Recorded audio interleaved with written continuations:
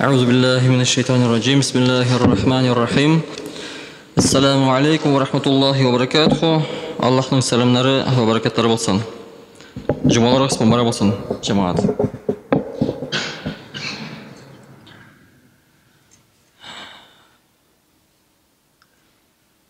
Мына хәзер, иншалла, безнең мүбәрәк айлар килеп җитә. Киләсе атна 19 мартта, дүшәмбе көне, безнең беренче Рәҗәб киләчәк. Шушы мүбәрәк айлар, Рәҗәб, Шәбан, Рамазан айлары, без шушы айларны бик сагынып көттек, аларны һәм иншалла алар килеп җитте. Рәҗәб һәм Шәбан айлары Рамазан турында безгә хәбәр итә. Мәсәлән, әгәр берәр кунагыгыз килергә булса, кемдер сезгә хәбәр итә, шулай бит сөйнеш ала. Менә синең яраткан дустың шул көнне киләчәк. Һәм сез әлбәттә сөйнәсез. Чөнки сез шушы кунакны бик көттегез. Менә без Рамазан айны да бик көтеп алабыз. Кашан килер микән ул Рамазан ае? Һәм әлхәмдулиллаһ, шушы сөйнешне китерәчәк айлар, сөйнешне алып килгән айлар да килеп җитте дисәк тә була. Ул Рәҗәб тә һәм Шәбан айлары. Һәм шушы айларда без әзерләнәбез Рамазан айына. Һәм шул ук мәсьәләгә килик, сезнең кунагыгыз килергә тиеш, сез аны хөрмәт итәсез, сез аны яратасыз, һәм сез хәбәр алдыгыз, ул кунак сезгә килә дип, нишли башлыйсыз? Әзерләнәсез. Өегезне чистартасыз, үзегезне өстегезне чистартасыз, матур-матур киемнәр киясез, тәмле-тәмле ризыклар пешерә башлыйсыз. Шулай ук без дә Рамазан айына, шушы Рәҗәб һәм Шәбан айларында әзерләнәбез Рамазан айына, аның килүенә. Шулай ук өйләребезне дә чистартырга тиешлебез. Үзебезнең тышын да, эчен дә чистартабыз шушы Рамазан айына. Һәм ничек без анда әзерләнәбез Рамазан айы өчен? Уразалар тотып. Эчебезне чистартыр өчен нәрсә кирәк? Ураза кирәк. Нәфсебезне тәрбияләр өчен нәрсә кирәк? Ураза кирәк. Шушы кунагыбыз килсен өчен без үзебезне һәм үзебезнең өебезне әзерли башлыйбыз шушы айларда. Пәйгамбәрimiz Мухаммад саллаллаху алейхи ва саллям бер хадис шәрифтә әйтте: Рамазан, Рәҗәб Аллаһның ае, Шәбан минем аем, Рамазан уммәтемнең ае. Һәм берәү Пәйгамбәрimizdән алейһиссалату вассаламнан сорады: Я Расулуллаһ, ни өчен Рәҗәб Аллаһ аесын ул? Рәҗәб Аллаһ аесын. Һәм Пәйгамбәр саллаллаһу алейһи ва саллям җавап бирде: Бу айда чын күңелдән тәүбә итүчеләргә Аллаһ Тәгаләнең мәгъфирәте иңә. Һәм бу айда кан түгү сугышлар тыелган. Бу айда Аллаһ Тәгалә бүтән пәйгамбәрләрнең дугаларын кабул кылган һәм күп кенә әүлияләрнең, ягъни изгиләрне душман кулларыннан коткарган. Бик күп вакыйгалар шушы айда булды. Һәм Аллаһ Субханаһу ва Тәгалә шушы айда безнең тәүбәләребезне кабул итә. Әгәр әлбәттә без тәүбәләребезне чын күңелдән, ихлас күңелдән кылсак, иншалла. Һәм шушы айда, шушы Рәҗәб айында Аллаһ Субханаһу ва Тәгалә гамәл гыйбадәтләр өчен савапларны арттырып бирә. Мәсәлән, башка көннәрдә Аллаһ Субханаһу ва Тәгалә бер савап өчен 10 савап бирсә, Рәҗәб айында аның саны арта. Шушы савапларны тагын да күбрәк бирә, арттырып бирә, бәрәкәтләндерә.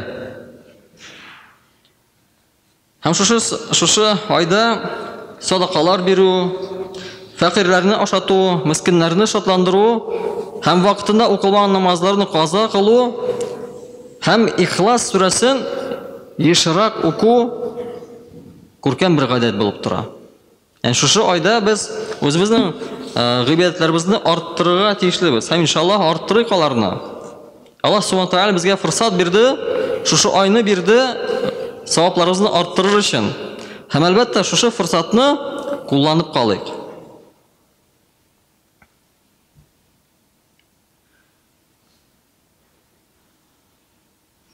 Пәйгамбер Мухаммад саллаллаху алейхи ва саллям Рәҗәб айының беренче җомгасына каршы булган кичтә уяу булырга киңәш итә.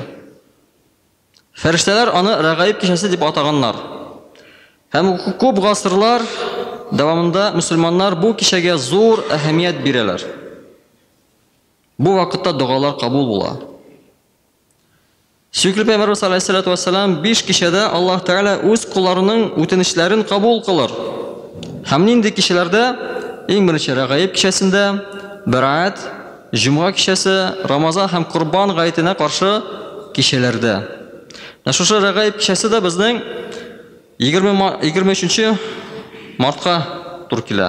23 март Җомга көне, ягъни кичәдә 22-дән 23 көненә хәтле шушы кичәдә була инде Бәраәт кичәсе. 22-дән 23 мартка. Һәм нинди соң кич Рәгаиб кичәсе. Бу сөйкле Пәйгамберебезнең алейһиссалату вассалам әтисе Абдулла белән әнисе Әминәнең никахлашкан көннәридер. Һәм Аллаһ Субханаһу Тәгалә Рәҗәб айны тагын бер мубарак кичә белән бизәкләнгән, матурлаган. Нинди кичә белән? Ул да Ми'раҗ кичәседер.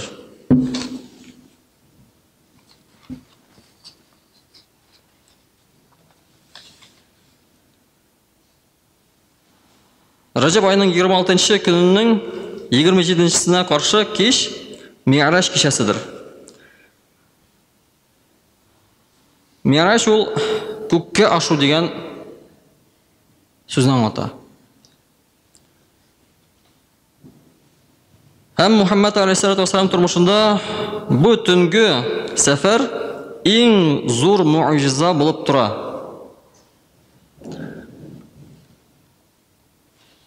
Пәйгамбәрлекнең 10-нчы елында Мухаммад алейһиссалату вассаламны тәрбияләп үстергән агасы Абу Талиб үлеп китә. Аңа таяныч булган хатыны Хадиша да радиллаһу анһ вафат була шушы елны. Һәм шуннан соң да Мухаммад алейһиссалату вассаламга бик күп авырлыклар күрергә туры килә. Бу елы бик авыр була. Һәм 621 елда бер төнне Мухаммад алейһиссалату вассалам ясту намаздан соң Кәбәдә гыйбадат кылган вакытта Җабраил фәрештә Бурак дигән хайванга атланып килә. Һәм аңа әйтә: "Эй Мухаммад, Аллаһ Тәгалә бер кемгә насип итмәгән шәрәфне сиңа насип итте. Бер кемгә дә насип итмәгән шәрәфне сине янына чакыра." Рәкъна карас, Аллаһ Субханаһу Тәгалә Пәйгамбәребезне үз янына чакыра. Һәм канатлы тылсымлы атка атландырып, күз ачып йомганчы Гарибстаннан изге Куддус, ягъни Иерусалим хәзерге вакытта яшен тизлегендә китереп җиткерә. Беләп кана карас, шундый зур бер мәсафаны, шундый зур бер юлны яшен тизлегендә күчерә. Һәм моңа әввәл әлбәттә акыл белән ышанып булмый. Ул вакытта һич ышанып булмас иде. Һәм ләкин бу елда, бу вакытта да ышанып булмаган бер сәфәргә. Ничек инде шундый араны бер мизгилдә үтеп китергә.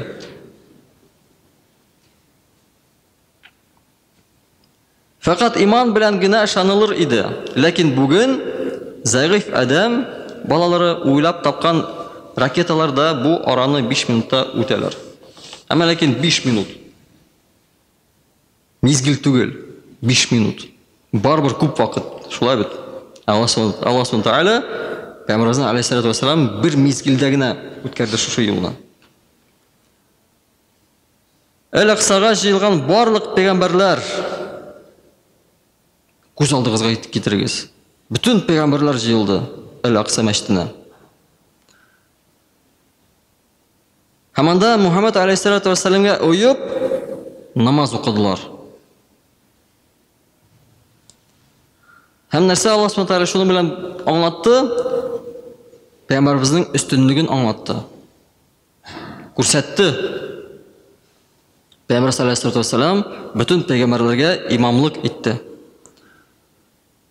Һәм соңрак та Җибраил алейхиссалам Мухаммадның алейхиссалату ва салламның алдына 3 савыт китереп куя. Берсенә су, икенчесенә сөт, һәм өченчесенә дә хәмер, ягъни шарапны салалар. Шушы 3 савыт аның алдына куялар.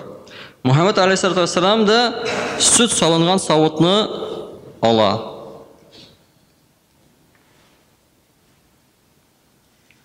Һәм Җибраил алейхиссалам: "Эй Мухаммад, син ва умматың дөрес юлда" дип әйтә.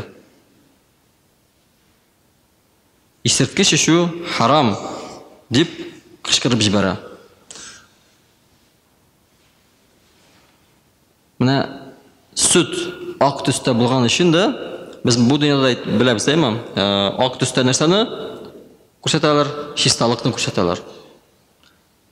Тышкы кыяфәтнең чисталыгын һәм ичке кыяфәтнең чисталыгын күрсәтәләр. Шушы ак төс белән. Монда да шулай. Пәйгамбер саллаллаху алейхи ва саллям сөтне сайлаган өчен, ак төсне сайлаган өчен Җибраил алейхиссалам да шулай дип әйтә. Сезнең юлыгыз дөрестер. Һәм шул мезгилдә күктән яктылык баскычы төшерелә. Һәм бу баскычтан Мухаммад алейхиссалату ва саллям ва фирештә күккә күтәрелә. Алар Җибраил алейхиссалам белән күккә күтәреләләр. Мухаммад алейхиссалату ва саллям 7 кат күк ишеге аша үткәндә һәр капкада үзенә кадәр җир йөзенә килеп киткән пәйгамбәрләр белән очраша. Беренче капусы ачыла һәм күрәләр, алар алдында атабыз Адам алейхиссалам кичәгә һәм сәлам биришәләр. Адам уңга карый да елмая, шатлана, чөнки уңдагылар изгеләр, тәкъвалар, әүлияләр. Сулга карый да üzülеп елый. Кайгыра. Сулдагылар залимнәр, кафирләр, гынаһлылар ди. Һәм күкнең икенче катында Айса ва Яхья белән күрешеп, бер-беренә изге теләкләр әйтәләр. Айса белән Яхья алейхиссалам белән күрешәләр. Күкнең 3нче катында булган ай кебек күркәм Юсуф алейхиссалам белән сәлам алышалар. 4нче кат күктә Идрис алейхиссалам белән күрешәләр. Күкнең 5нче катында Мусаның алейхиссаламның ир туганы Харун пәйгамбәр алейхиссалам белән очрашалар.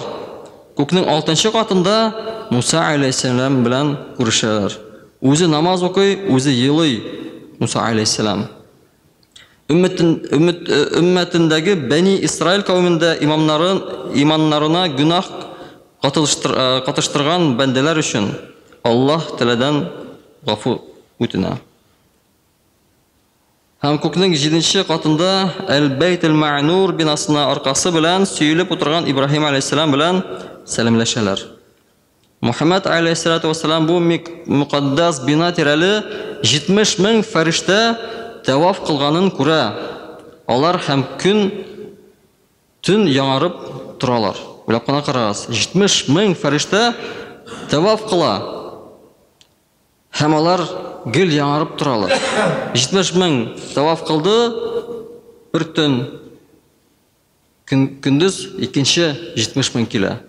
Һәм шулай ук алмашынып торалар һәр вакытта да. Тукталып тормайлар. Һәм Җибраил алейхиссалам күкнең иң өске катына җиткәч, миңа тагын да үтәргә рөхсәт юк диде. Бер чиккә килеп җиткәч, һәм Мухаммад алейхиссалату ва саллям Аллаһ Тәгаләгә бихисап күп пәрдәләр аша якынуын сизә. Бик тә курыккан хәлдә сәҗдәгә китә. Аллаһ Раббымызга мактаулар укый. Шул мизгилдә Аллаһтан вахи килә. Мухаммад алейхиссалату ва саллям Аллаһ Тәгаләгә ат-тахияту лиллаһи вас-салавату ват-таййибат. Ягъни тел гыйбадатлары, тән гыйбадатлары, мал гыйбадәтләре һәр барчасы да Аллаһ Тәгалә өчен дип хәмд итә, ягъни рәхмәтләр укый. Һәм Аллаһ Тәгалә бераздан «Ассаламу алейка, айюхан наби ва рахматуллахи ва баракатух» дип җавап бирде. Ягъни, эй пәйгамбәрбез, сиңа Аллаһ Раббыңның сәламы, рәхмәте ва баракаты булсын. Һәм аңа каршы Мухаммад алейһиссалату вассалам «Ассаламу алейна ва аля ибадиллахи ссалихин». Ягъни, сәлам безгә дә һәм Аллаһ Тәгаләнең һәр бер изге бәндәсенә булсын диде. Һәм шуннан соң шушы вакыйганы күргән фәрештәләр «Ашһаду ан ла илаха иллаллаһ ва ашһаду анна Мухаммадан абдуху ва расулух» дип әйтәләр. Ягъни, шәһадәт бирәбез Аллаһ Тәгалә барлыгына ва берлегенә, Мухаммад алейһиссалату вассалам Аллаһның рәсүле ва илчесе икәнлегенә. Уйлап кына карагыз. Без шушы сүзләребезне кайда укыйбыз? Намазыбызда укыйбыз. Каидәдә утырган вакытта. Шушы диалогны, дисәк тә булаймы, кабатлыйбыз һәр намаз сайын. Һәм шуның өчен бик күп галимнәр әйтә, намаз мөэминнең ми'раҗыдыр дип.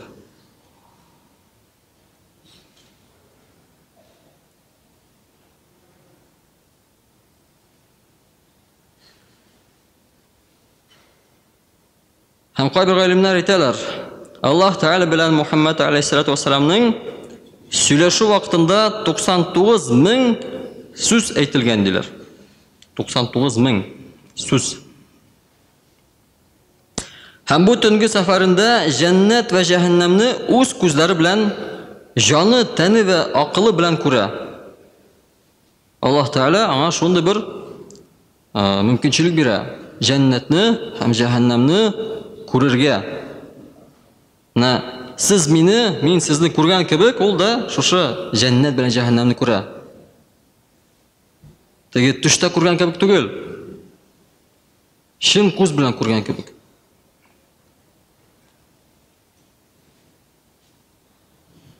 Җәһәннәмнең җитәкчесе Мәликнең йөзендә ул елмаю әсерен күрми. Анда Мухаммад алейһиссалату вассалам дөньяда исерткеч эчеп йөрүчеләрнең үлек канын ишүләрен күрә. Уйлап кына карагыз. Бу дөньяда исерткеч ишүче кешеләр анда үлек каннарын ишәләр. Ятим хакын ашаучыларның утта янган ташларны авызларына тутырганын күрә. Гайбәт сүз йөртүчеләрнең утта кыздырылган кайшылар белән ирен авызларын кискәннәрен күрә. Уйлап кына карагыз. Тел афаты нихәтле куркыныч. Гайбәт сүз йөртүче.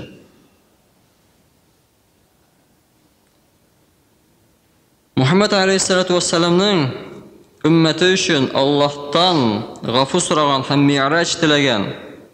Аллаһ Тәгалә мөэминнәрнең ми'раҗы намаздыр дигән. Өммәтеңә 50 вакыт намазны фарыз итәм дигән.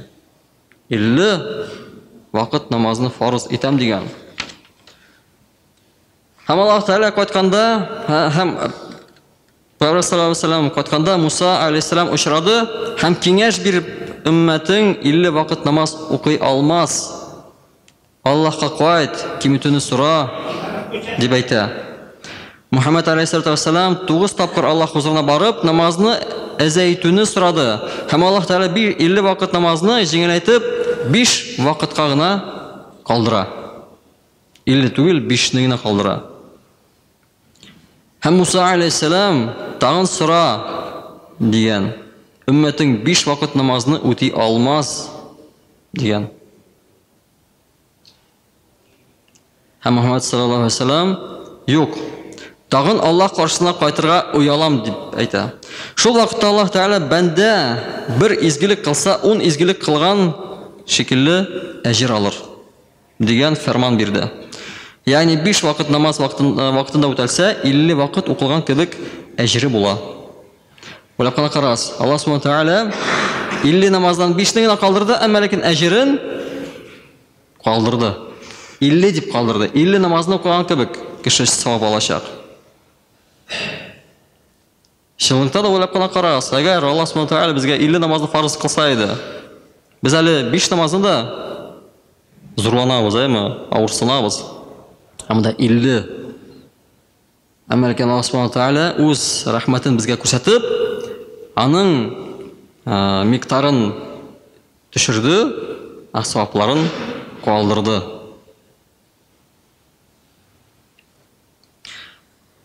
Һәм шушы кичәдә, Ми'раҗ кичәсендә Аллаһ Субхану Тааля бөтен өммәткә 3 бүләк бирде. Беренче бүләктә ул Мухаммад алейһиссалату вассаламга кыямәт көнендә өммәтен яклау хокукы бирелде. Ягъни шафаатчылык иншаллах кылачак Пәйгамбер саллаллаху алейһи вассалам безгә. Икенчесе дә Бакара сурасының ахырына 2 аят өстәлде. Амана Расул дигән аятлар. Һәм өченчесе дә ул да 5 вакыт намаз безнең өчен бүләктер. Ул да бүләк.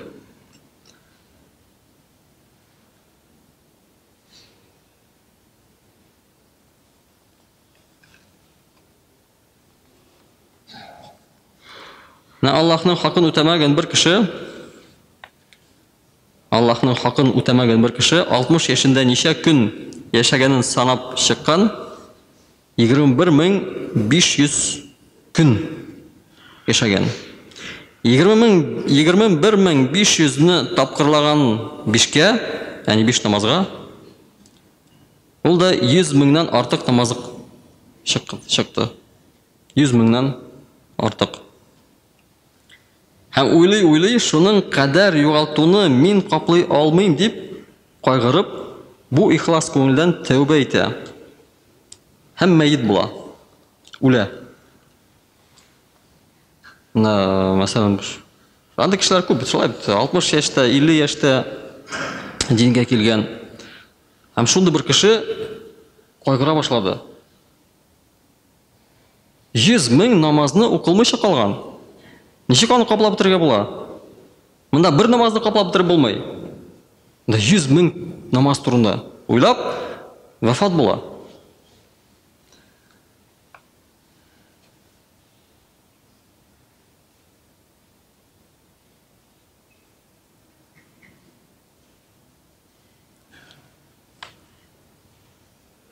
Аллаһ Тәгалә бәндәнең ихластан үзенең тормышына хисап кылган өчен 60 еллык гөнаһын кичерә.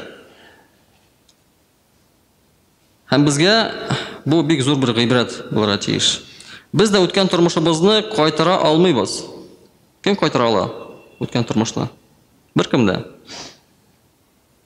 Вакыт бер кайчан да кире кайтмас. Ул бездән киттеме, шушы 1 сәгать киттеме? Аны кирегә алып кайтып булмый. Байлыкны кайтарырга була, вакытны булмый. Һәм һәр көнне үзебезгә хисап кылыйк. Шушы кеше үзенә хисап кылган кебек, без дә шулай үзебезгә хисап кылырга тиешлебез. Һәр көнне нәрсәдән мәхрүм булдык?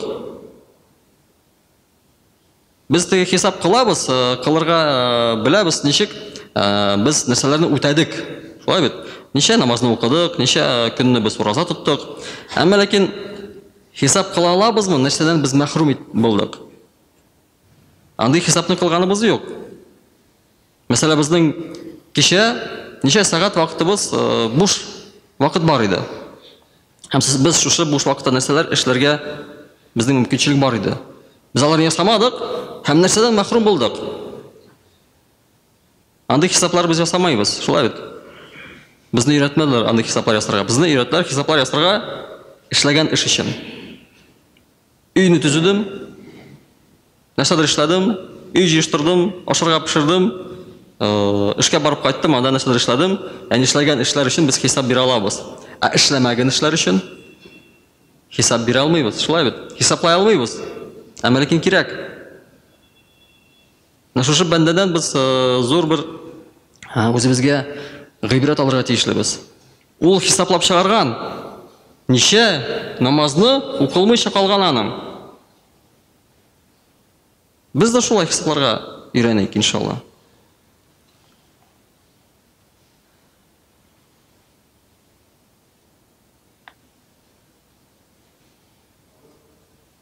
Чөнки безнең әҗәлебез кайчан киләчәген билгеле түгел. Йокларга ятып та без уянабызмы, юкмы, ансы да билгеле түгел. Бу безнең соңгы көнебезме? Юкса әле алдыбызда бармы көннәр? Ансы да белмибез. Шуның өчен безнең өчен шушы вакытлар, минутлар, сәгатьләр, көннәр бик кадерле.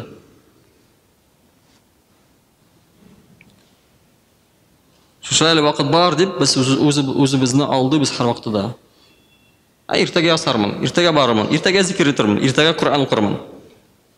Иртәгесе белән без үзебезне алдыбыз. Һәм әлбәттә, шуңа безне кем өйрәтә? Безнең шайтаныбыз өйрәтә. Шушы сүзләрне әйтергә. Иртәгә. Бөтен нәрсәне иртәгә эшләргә була. Әмма ләкин иртәгә эшләнеләме ул? Юк. Теге халыкара сүзе дә бар. Иртәгә ичкәндә bütün эшләр эшләнә иртәгә. Әмма ләкин иртәгесе бер кашан да безгә килеп җитми. Ул һәр вакытта иртәгә торып кала. Алхамдулиллах ва ахру дәъвана анил хамдулиллаһи раббил аламин.